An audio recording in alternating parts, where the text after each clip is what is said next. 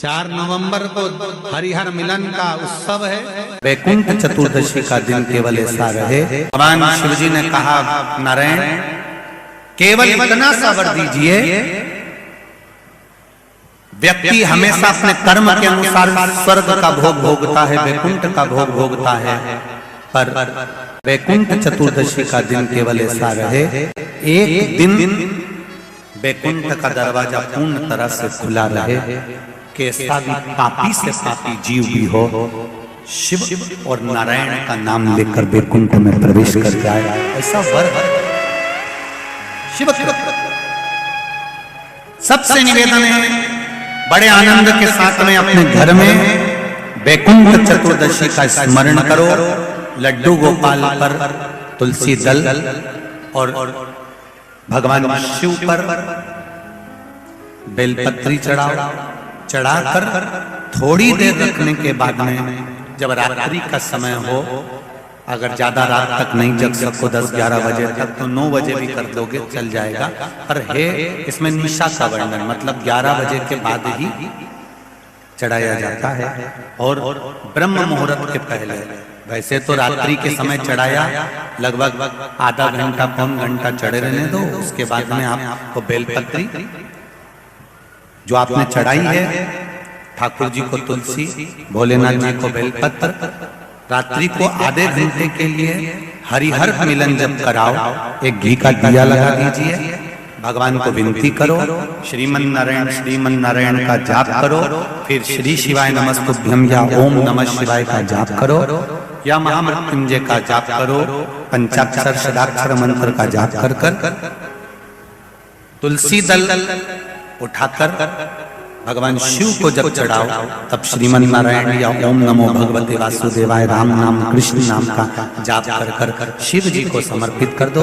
शिव जी की बेलपत्र उठाकर श्री शिवाय नमस्तुभ्यं बोलकर या पंचाक्षर मंत्र ओम नमः शिवाय षडाक्षर मंत्र ओम नमः शिवाय बोलकर उस बेलपत्र को भगवान लड्डू गोपाल पर या शालिग्राम भगवान पर या भगवान विष्णु पर, जो भी आपके यहाँ, अगर किसी के यहाँ पर मूर्ति नहीं है तो चित्रपट पर भगवान विष्णु का चित्र हो, फोटो हो, कृष्ण का फोटो हो, राम का फोटो हो, शिव का फोटो हो। जरूरी नहीं कि आपके यहाँ अगर मूर्ति नहीं है तो आप मूर्ति खरीदने बाजार चले जाओ। चित्र है, उस चित्र पर भी दिल से समर्पित कर कर उस बेलपत्री और शहद, बेलपत्री और तुलसी दल को रखिए। अगर साल भर वैसे ही रखना है किसी कार्य के लिए तो वैसे रखो, और अगर बच्चों के लिए तैयार कर रहे हो तो उसको शहद में डालकर रखकर बच्चों को अवश्य उसको चढ़ा। विद्वत्ता का ये बुद्धि आनंद, ऐसी सुंदर हरिहर मिलन है। जो मंत्र आपको वैकुंठ चतुर्दशी के दिन स्मरण करना है, उस मंत्र को एक बार फिर हमारे साथ में बोले। ओम हीम ओम हरिणाक्षाय नमः शिवाय। ओम हीम ओम हरिणाक्षाय नमः शिवाय। इस मंत्र का स्मरण जीवन का सुख देगा। जिनको ज्यादा रोग हो, बीमारी हो, तकलीफ हो, कोई व्यक्ति वेंटिलेटर पर पड़ा हुआ है, ऑक्सीजन लग रही है, उसके लिए भी 1 लोटा पानी, उसमें दूध मिलाकर 5 बेलपत्र रखकर आप वैकुंठ चतुर्दशी के दिन उसके नाम का पानी आप हरि और हर को समर्पित कर सकते हैं। अगर मंदिर बंद मिले तो पीपल के पेड़ के नीचे आप चढ़ा सकते हैं, उससे 3 या 4 दिन में आराम लगना प्रारंभ हो जाएगा। पर मंत्र का स्मरण यही करें, ओम हीम ओम हरिणाक्षाय नमः शिवाय। इस मंत्र को जपें, जो स्कंद पुराण का मूल मंत्र कहा गया है, उसका स्मरण करेंगे रोग बीमारी आदि को मिटाने। शाम को 6 बजे बाबा का हरिहर मिलन होता है। शाम के आसपास के गांव के लोग, आसपास के शहर के लोग आते हैं, हरिहर मिलन का दर्शन करते हैं, सुख पाते हैं, दीपदान करते हैं कुबेरेश्वर बाबा की धरा। और ये आज से नहीं, कई वर्षों से नियम से चला आ रहा है, कई वर्षों से पुराना चल। आप जितने भी ऑनलाइन कथा सुन रहे हो, आपसे निवेदन है, वैकुंठ चतुर्दशी के दिन अपने शिवालय में, घर के आसपास में दीपदान जरूर करो, दीप अवश्य लगाओ, हरिहर मिलन का उत्सव करो। बन सके तो रात्रि के समय पर जिनकी नेत्रों की ज्योति चली जाती है, आंखों से दिखता नहीं है, उसका उपाय भी वैकुंठ चतुर्दशी के दिन अवश्य करें हरिहर मिलन का। जो बच्चा पढ़ने में कमजोर होता है उसके लिए भी उपाय YouTube पर डला हुआ है, हमारे गूगल पर डला हुआ है। केवल एक दिन वैकुंठ चतुर्दशी का ऐसा होता है जिस दिन शालिग्राम भगवान को रात्रि के समय पर, हरिहर मिलन के समय पर भगवान शिव जी को तुलसा चढ़ती है और भगवान शालिग्राम भगवान को बेलपत्र चढ़ती है, और वो तुलसा और बेलपत्र को शहद की शीशी में भर कर रखा जाता है। फिर उस शहद को जो बच्चा विद्वान नहीं है, पढ़ने में कमजोर है, उसको दिया जाता है। कई लोग उसको नेत्रों में लगाकर नेत्र ज्योति को बढ़ाते हैं। बड़ी महत्ता, हरिहर मिलन की महत्ता का वर्णन। शिव शंकर अपने पूर्व कर्म का भोग मनुष्य को भोगना ही पड़ता है, ये शिवपुराण कर रही है। अच्छा कर्म करा, चुईया का जन्म पाया, चुईया का जन्म पाकर भी अच्छा काम कर दिया। दिए में जल पीने के लिए गई थी और उससे उसके मुख से बत्ती बढ़ गई, दिया और तेज प्रज्वलित हो गया। उसका पुण्य ये मिला कि विदर्भ राज के घर में ललिता बनकर जन्म ली, बेटी बनकर राजा के घर में विवाह हो गया, राजा के घर में भी श्रेष्ठ रानी बन गई। ये पूर्व का कोई सुख होता है जो हमको मिला।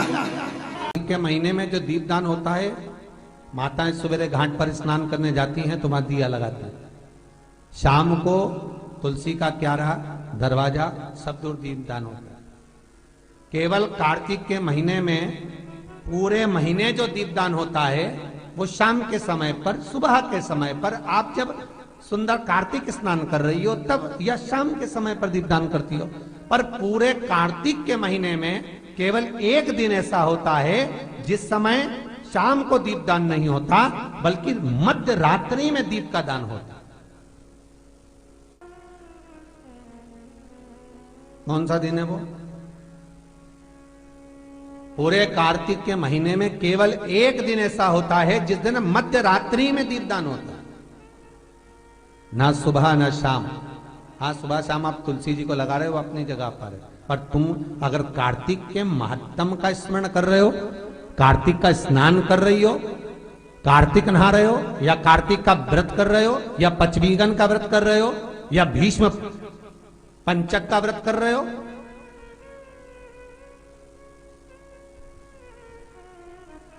या कार्तिक स्मरण का व्रत कर रहे हो, कार्तिक का अनुष्ठान कर रहे हो, तो उसमें एक दिन ऐसा होता है जिस समय सुबह शाम दीपदान का फल नहीं है, रात्रि के मध्य में दीपदान का फल है, और वो है वैकुंठ चतुर्दशी का दिन।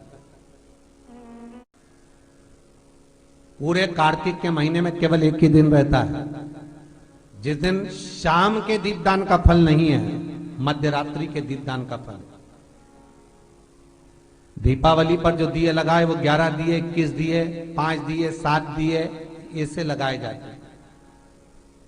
एकादशी के दिन जो दीपदान करा उसमें 11 दिए, 7 दिए, 21 दिए, ऐसा दीपदान होता है। पर वैकुंठ चतुर्दशी का जो दिन है महाराज, इस दिन रात्रि को 11 बजे से लेकर 12:30 के बीच में दीपदान होता है, और 14 दिए का दान होता है महाराज। इसमें 14 दीप का,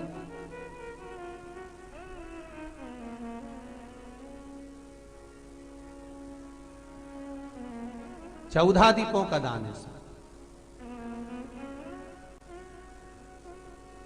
निवेदन है आप सबसे कि प्रयास करना कि घर के बाहर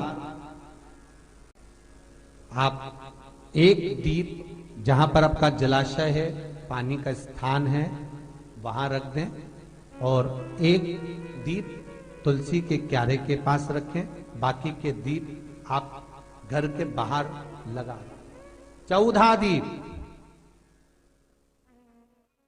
लगा रहे हो, कामना रखकर लगा रहे हो कि मेरी ये कामना है, तो वो दीप का, बाती का मुख अपनी ओर रखना, पर कोई कामना नहीं।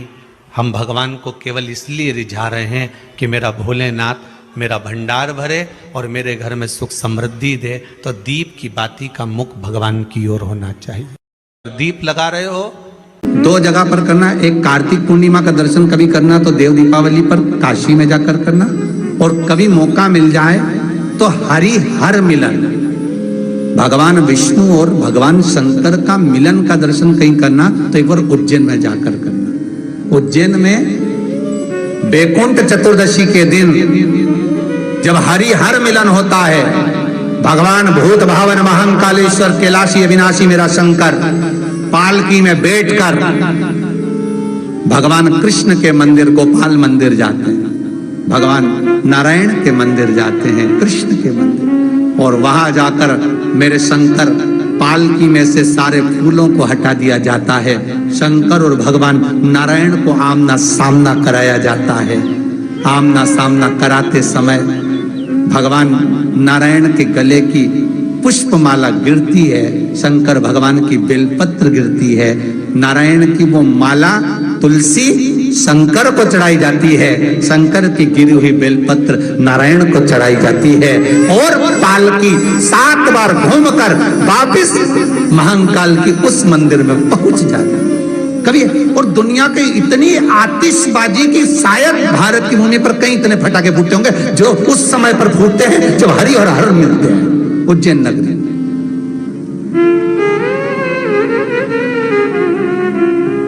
जो हरि और हर का मिलन होता है बैकुंठ चतुर्दशी के दिन, कोई साधारण बैकुंठ चतुर्दशी नहीं है महाराज। कथा कह रही है, धनेश्वर अपशब्द कहता, ताने देता, शरीर बेकार हो गया, किसी काम का नहीं, किसी पर एक उंगली जब हम उठाते हैं तो ये 3 उंगली हमारी ओर जाती है। ये बात हम पहले भी कही। धनेश्वर इस चीज का स्मरण नहीं कर पाया कि हम गंगा नहाने वालों पर, नर्मदा नहाने वालों पर, कथा सुनने वालों पर, भजन करने वालों पर उंगली उठा रहा है। शरीर में रोग हो गया, बीमार पड़ गया, पिता बड़े दुखी थे। धनेश्वर के पिता ने ये विचार करा कि आखिर इसका उद्धार कैसे होगा। रोज धनेश्वर अपशब्द कहता था, रोज उंगली उठाता था, रोज गालियां देता था, रोज ताने देता था। आज उसको नहीं मालूम था कि बैकुंठ चतुर्दशी का दिन है। काय का दिन है? जम के बोलो जरा, बैकुंठ चतुर्दशी का दिन। ये धनेश्वर को नहीं मालूम था। उसका रोज का नियम था, जो नदी नहाने जाए, नर्मदा नहाने जाए, गंगा नहाने जाए, कथा सुनने जाए, या मंदिर जाए, या देवालय जाए, या कोई सत्संग करे, या भजन करे, और या शब्द कहता फिरे। तो धनेश्वर आज फिर एक भक्त स्नान कर आ रहा था, जल का पात्र हाथ में था, सुबह का समय था, शिव जी को जल चढ़ा रहा था। शिवालय में जल चढ़ाते चढ़ाते धनेश्वर ने आज कुछ कहा नहीं है, आज कुछ नहीं कहा, पर धनेश्वर ने उस जल चढ़ाने वाले का सुबह के समय पर केवल जल चढ़ाते समय मुख देखे, और मुख देखा। धनेश्वर चला, स्कंद पुराण कहती है धनेश्वर जब चला आगे खड्डे में जाकर गिर गया, गिरा, प्राण छूट गए। इतना बड़ा पापी था कि शरीर का कष्ट भी भोग रहा था। उसके बाद भी ये मरने के बाद नरक नहीं गया, अगर गया तो बैकुंठ गया। कारण केवल इतना सा था कि जिस दिन इसने जल चढ़ाने वाले का दर्शन करा था वो बैकुंठ चतुर्दशी का दिन था, और बैकुंठ चतुर्दशी के दिन का दर्शन करा। इसलिए सुन लो, जितने लोग आस्था पर कथा सुन रहे हैं, जितने फेसबुक पर सुन रहे हैं, जितने लोग भीकन गांव की पावन धरा पर सुन रहे हैं, आपने 7 दिन की कथा सुनी के लिए हरि हर मिलन का दिन, बैकुंठ चतुर्दशी का दिन। अगर कथा तक पहुंच जाओ तो अच्छी बात, टीवी के सामने भी बैठ गए तो अच्छी बात, मोबाइल के सम्मुख में भी सुन ली तो बहुत अच्छी बात। पर जो भीकन गांव तक भी नहीं पहुंचा तो कम से कम कोई गांव का व्यक्ति अगर कथा सुनकर निकल कर जाए तो उसका केवल दीदार कर लेना, दर्शन कर लेना, उतने में बैकुंठ का मार्ग बहुत। धनेश्वर ने पूछा, मैंने कौन सा पुण्य करा था जो मुझे बैकुंठ का द्वार खुला मिला? चित्रगुप्त महाराज ने कहा, धनेश्वर ब्राह्मण तुमने पाप तो इतना करा था कि तुमको नरक भोगना था। केवल वैकुंठ चतुर्दशी के दिन स्नान कर कर आ रहे व्यक्ति का, शिवजी पे जल चढ़ाते हुए आ रहे व्यक्ति का मुख का दर्शन कर लिया था। इसलिए वैकुंठ चतुर्दशी हरिहर मिलन का दिन है। वैकुंठ चतुर्दशी के दिन भगवान विष्णु और भगवान शंकर, इन दोनों का गुणगान होना चाहिए, दोनों का भजन होना चाहिए, दोनों का मंत्र जाप करना चाहिए, दोनों का स्मरण। आप सबसे निवेदन है, कल हरिहर मिलन के दिन आपके घर में शिवलिंग होगा और लड्डू गोपाल होंगे। रात्रि के समय पर, शाम को नहीं, मध्य रात्रि, अगर नींद खुली रहे तो 11 बजे के बाद में, रात्रि को 11 के बाद, अगर नींद खुली रहे, नींद नहीं खुली रहे तो फिर तुम रात को 8-9 बजे चढ़ा के भी सो जाओ तो कोई बात नहीं हो, भगवान तो बोलेगा।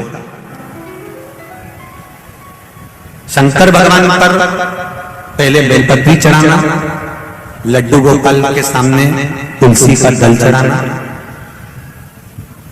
अपने मन की कामना कर कर हरिहर मिलन कराना।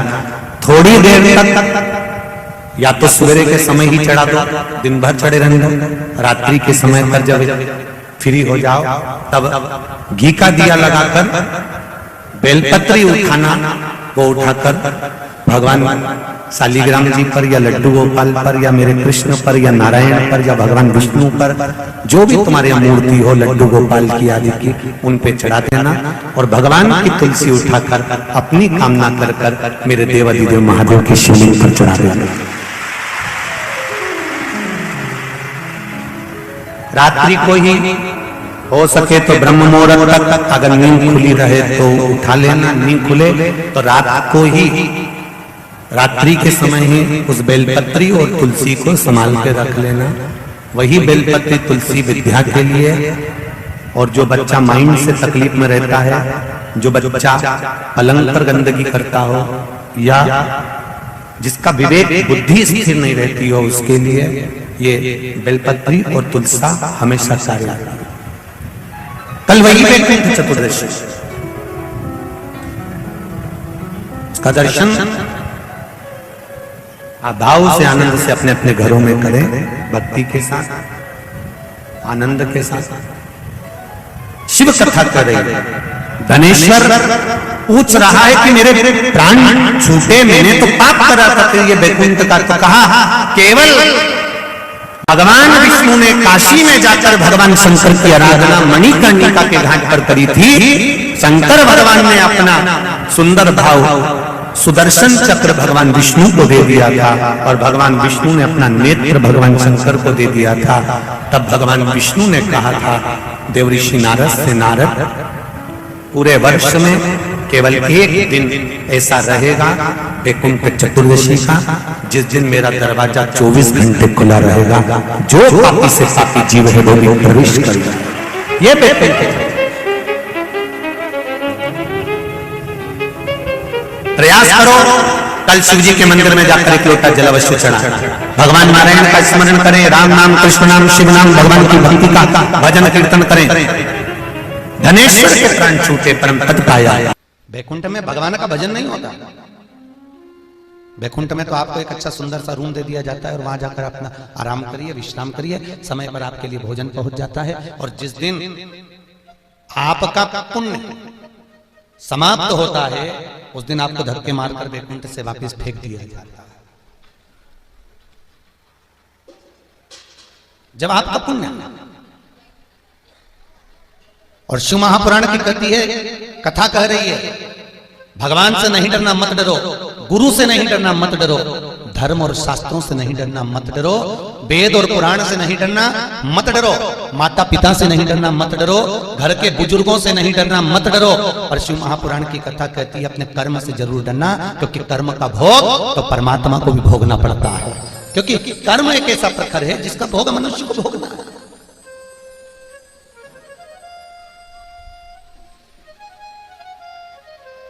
ध्यान दीजिए, आपने अगर गौ माता को एक रोटी दी है ना, गौ माता की पीठ पर यदि आपने हाथ फेरा है, गौ माता को अगर आपने रोटी दी है, गौ माता की सेवा करी है, तो वही गौ माता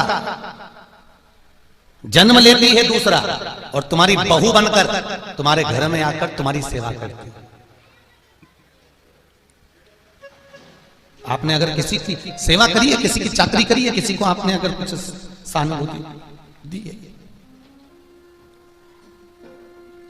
आपको एक एकादशी का महत्व सुनाया था, 26 एकादशी होती है। कितनी? 26। और उन 26 एकादशी का जब उद्यापन करते हैं अपन, तो उद्यापन के बाद में कथा आती है 26 एकादशी का महत्व। सुना है आप लोगों ने? 26 एकादशी का महत्व पंडित जी सुनाते हैं, ब्राह्मण सुनाता है कि एक नगर का राजा, जिसका इकलौता लड़का, और एक ही लड़का उस राजा का, और वो लड़का का विवाह हो गया, घर में बहू आ गई, बहू आई, मात्र 2 महीने हुए थे बहू को आए हुए, और उस बहू ने आज राजा के लड़के की उस तलवार की म्यान को उठाकर देखा जिसमें तलवार रखी जाती है। उस म्यान, कितनी सुंदर म्यान है, कितनी सुंदर म्यान है। और म्यान को देखा तो उस बहू ने सोचा म्यान इतनी सुंदर है तो तलवार कितनी सुंदर होगी। और उसी समय पर उस बहू ने तलवार को निकाला, उस म्यान में से निकालते से तलवार में इतनी तेज चमक थी कि तलवार हाथ से छूट गई, और छूटते ही जहां पर उसका पति सो रहा था उसके गले पर जाकर पति मर गया। पति मरा, पत्नी ने सोचा राजा का इकलौता लड़का, और आज मेरे हाथ से अगर मर गया है तो मेरे को फांसी की सजा राजा दे देगा। क्या करा जाए? उसने पति के शव को उठाकर तुलसी के क्यारे के पीछे बगीचे में डाल दिया। तुलसी के क्यारे के पीछे बगीचे में पड़ा हुआ। सवेरे सवेरे पंडित जी आए तुलसी उतारने के लिए। थोड़ा से बक्से उनकी आवाज बढ़ाइए। तुलसी उतारने के लिए जब पंडित जी आते हैं, उस बहू ने रोना चालू करा, और बहू बहुत रोई, चिल्ला चिल्ला के रोई, इस पंडित ने मेरे पति को मार दिया, इस पंडित ने मेरे पति को मार दिया। राजा के दूत आ गए और आकर उसको बंदी बना लिया। राजा भी आ गया, उसने अपने बेटे के शव को देखा, अंतिम संस्कार किया। अंतिम संस्कार कर कर आज राजा अपने सिंहासन पर बैठकर पंडित को दंड देने वाला है, और पंडित मना कर रहा है, मैंने नहीं मारा, विश्वास करो मैं कोई चींटी को नहीं मारा, तो इसको क्यों मारूंगा? इससे मेरा संबंध क्या है मारने का? मैं क्यों मारूंगा?